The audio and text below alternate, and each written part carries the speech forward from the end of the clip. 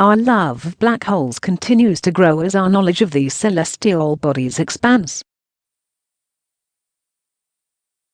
The latest news is the discovery of a rare middleweight black hole, a relative newcomer to the black hole family. We already knew that some black holes are just a few times the mass of our Sun, while others are more than 1 billion times as massive. But others with intermediate masses, such as the one 2,200 times the mass of our Sun recently discovered in the star cluster 47 Tucanae, are surprisingly elusive.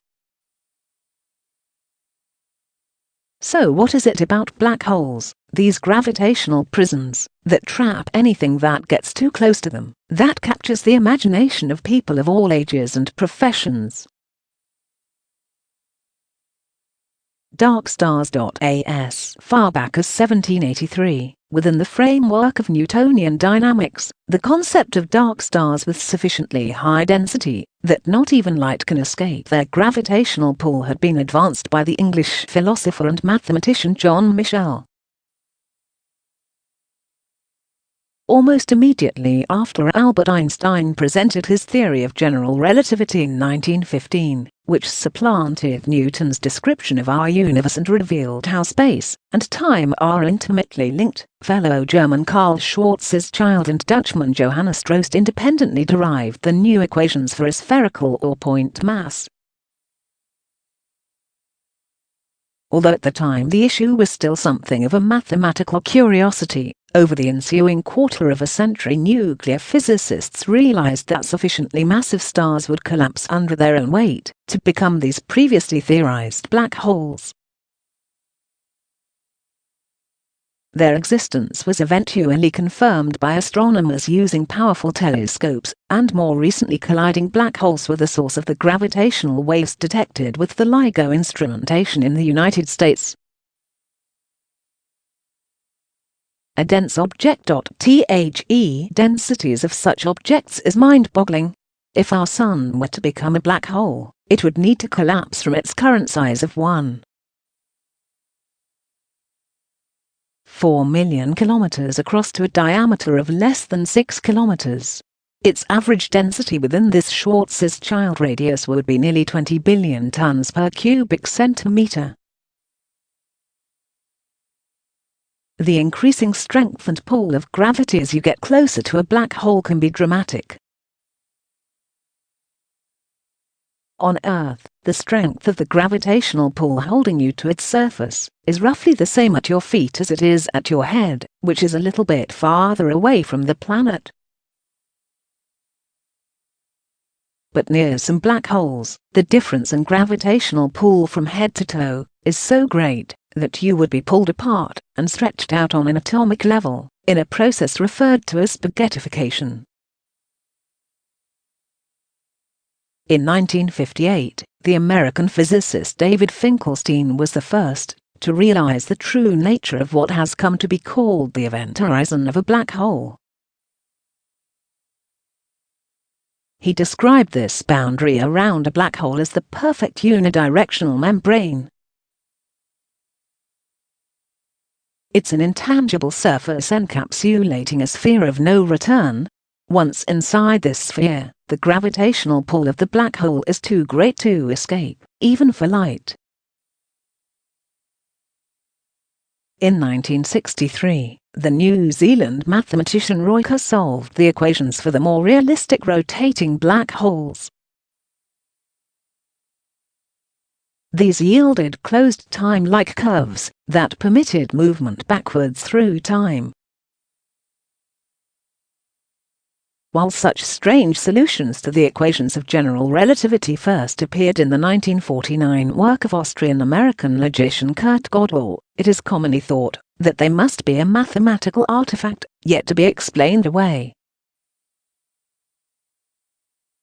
Black and White Holes. In 1964, two Americans, the writer Ann Dewing and the theoretical physicist John Wheeler, introduced the term black hole. Subsequently, in 1965, the Russian theoretical astrophysicist Igor Novikov introduced the term white hole to describe the hypothetical opposite of a black hole.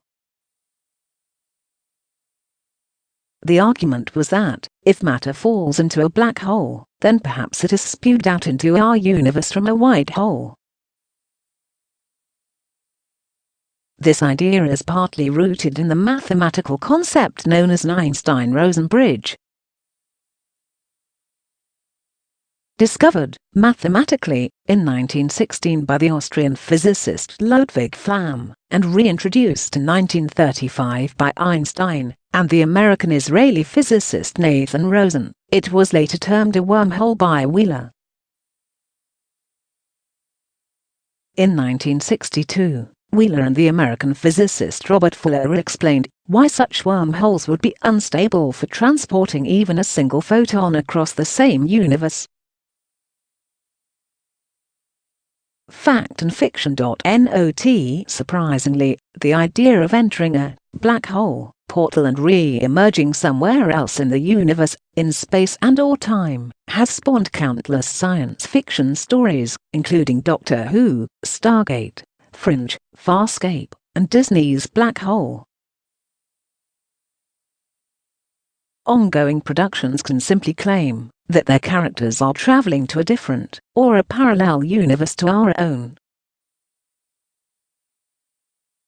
While it appears to be mathematically feasible, there is of course no physical evidence to support the existences of such universes. But this is not to say that time travel, at least in a limited sense, is not real. When traveling at great speed, or perhaps falling into a black hole, the passage of time does slow down relative to that experienced by stationary observers. Clocks flown quickly around the world have demonstrated this, displaying time lags in accordance with Einstein's theory of special relativity. The 2014 movie Interstellar played on this effect around a black hole, thereby creating a sense of traveling forward in time for astronaut Cooper, played by Matthew McConaughey. Despite the strangely endearing name, the phrase black hole is perhaps somewhat misleading.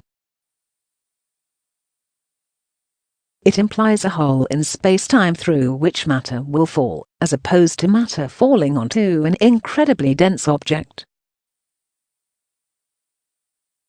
What actually exists within a black hole's event horizon is hotly debated. Attempts to understand this include the fuzzball picture from string theory, or descriptions of black holes in quantum gravity theories known as spin foam networks or loop quantum gravity.